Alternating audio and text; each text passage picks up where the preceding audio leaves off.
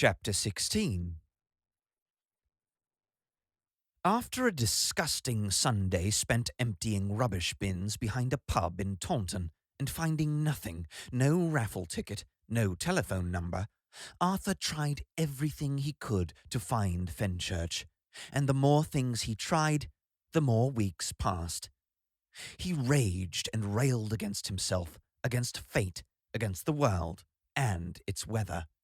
He even, in his sorrow and fury, went and sat in the motorway service station cafeteria where he'd been just before he met her.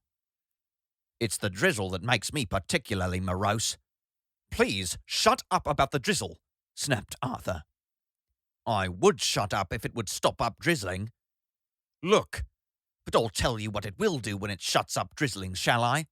"No." "Blatter." "What?" "It will blatter." Arthur stared over the rim of his coffee cup at the grisly outside world. It was a completely pointless place to be, he realized, and he had been driven there by superstition rather than logic.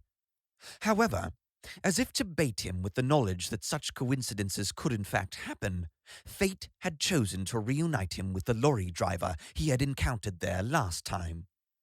The more he tried to ignore him, the more he found himself being dragged back into the whirlpool of the man's exasperating conversation. "I think," said Arthur vaguely, cursing himself for even bothering to say this, "that it's easing off." "Ha!" Arthur just shrugged. He should go. That's what he should do. He should just go. "It never stops raining," ranted the lorry driver. He thumped the table, spilled his tea, and actually, for a moment, appeared to be steaming. You can't just walk around without responding to a remark like that. "Of course it stops raining," said Arthur. It was hardly an elegant refutation, but it had to be said. "It rains all the time," raved the man, thumping the table again, in time to the words. Arthur shook his head. "Stupid to say it rains all the time," he said. The man's eyebrows shot up, affronted. "Stupid? Why is it stupid? Why is it stupid to say it rains all the time if it rains all the whole time?" "Didn't rain yesterday." "Did in Darlington." Arthur paused warily.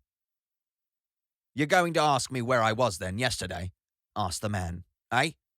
"No," said Arthur. "But I expect you guess." "Do you?" "Begins with a D." "Does it?" "And it was pissin' down there, I can tell you." "You don't want to be sitting there, mate," said a passing stranger in overalls cheerily to Arthur. "That's Thundercloud Corner, that is. Reserved special for all raindrops keep falling on my head here.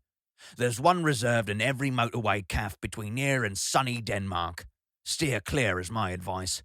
It's what we all do. How's it going, Rob? Keeping busy? Got your wet weather tyres on?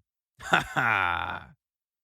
He breezed by and went to tell a joke about Britt Eklund to someone at a nearby table who roared with laughter. "See, none of them bastards take me seriously," said Rob McKenna. "But," he added darkly, leaning forward and screwing up his eyes, "they all know it's true." Arthur frowned. "Like my wife," hissed the sole owner and driver of McKenna's all-weather haulage. "She says it's nonsense and I make a fuss and complain about nothing, but—" He paused dramatically and darted out dangerous looks from his eyes. "She always brings the washing in when I phone to say I'm on me way home." He brandished his coffee spoon. "What do you make of that?" "Well, I have a book," he went on. "I have a book, a diary, kept it for 15 years, shows every single place I've ever been, every day, and also what the weather was like. And it was uniformly," he snarled, "horrible. All over England, Scotland, Wales I've been. All round the continent, Italy, Germany, back and forth to Denmark, been to Yugoslavia. It's all marked and charted. Even when I went to visit my brother," he added, "in Seattle." "Well," said Arthur, getting up to leave at last, "perhaps you'd better show it to someone." "I will," said Rob McKenna. And he did.